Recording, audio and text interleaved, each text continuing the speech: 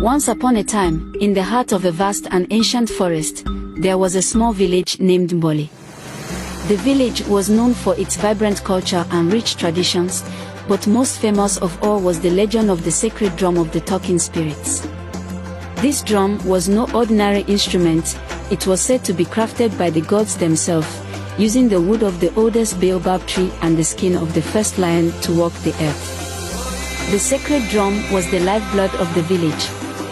It had the power to communicate with the spirits of the ancestors and the gods, bridging the gap between the mortal and spirit worlds.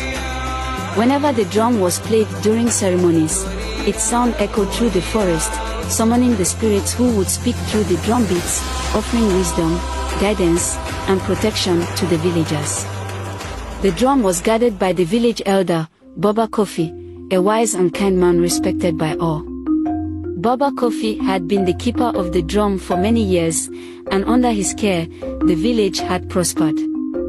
However, as Baba Kofi grew older, he knew that it was time to pass on the responsibility of the sacred drum to a worthy successor. The villagers were excited and nervous as they awaited Baba Kofi's decision. Many young men and women hoped to be chosen, but Baba Kofi had someone else in mind, a humble young orphan named Amina. Though she was not from a powerful family, Amina had a pure heart, a sharp mind, and a deep respect for the traditions of the village. She was known for her kindness, her ability to listen, and her special gift. She could understand the whispers of the wind and the songs of the birds. One evening, Baba Kofi called Amina to his hut.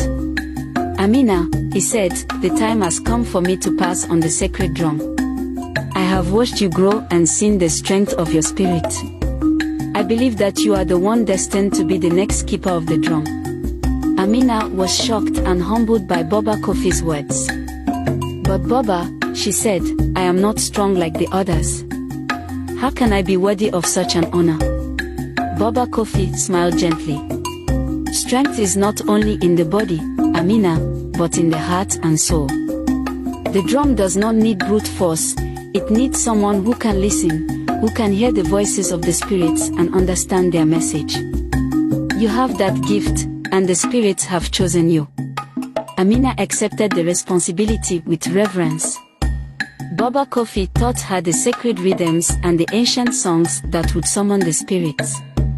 He showed her how to care for the drum, how to honor it, and how to listen to the voices that spoke through it. One night, not long after Amina became the new keeper of the drum, a great storm swept through the village. The winds howled, the trees bent and broke, and the river swelled with rain. The villagers huddled in their huts, terrified, for they knew that such a storm was a sign of trouble. But in the midst of the chaos, Amina heard something else, a distant, mournful sound, like the cry of a lost soul. Amina knew that the spirits were trying to communicate with her. She rushed to the sacred drum, her heart pounding. She began to play, her hands moving instinctively over the drum, producing a rhythm that she had never heard before. The sound of the drum cut through the noise of the storm, and soon the winds began to die down, the rain lessened, and a calm settled over the village. As the last notes of the drum faded into the night, the voice of a spirit spoke through the drum. "Amina, keeper of the sacred drum, hear us. A great danger approaches your village. An evil spirit, angered by the harmony here, seeks to bring destruction. You must journey to the cave of echoes at the edge of the world and retrieve the stone of silence. Only with this stone can you calm the evil spirit and protect your people." The next morning, Amina gathered a small group of villagers, including her closest friends, to set out on the perilous journey. They traveled for many days through dense forests, across raging rivers, and over towering mountains. Along the way, they faced many challenges: wild animals, treacherous terrain, and even their own fears. But Amina's determination never wavered, and the sacred drum, which she carried with her, gave them strength. Finally, they reached the Cave of Echoes, a dark and forbidding place at the very edge of the world. The cave was filled with strange and eerie sounds, the voices of spirits trapped there for centuries. Amina entered the cave alone, carrying the sacred drum. She played a soft, calming rhythm, and the voices in the cave began to quiet. At the heart of the cave, she found the stone of silence, a smooth, glowing stone that pulsed with a gentle light. As soon as she touched the stone, the voices in the cave fell silent, and a great peace descended upon the place.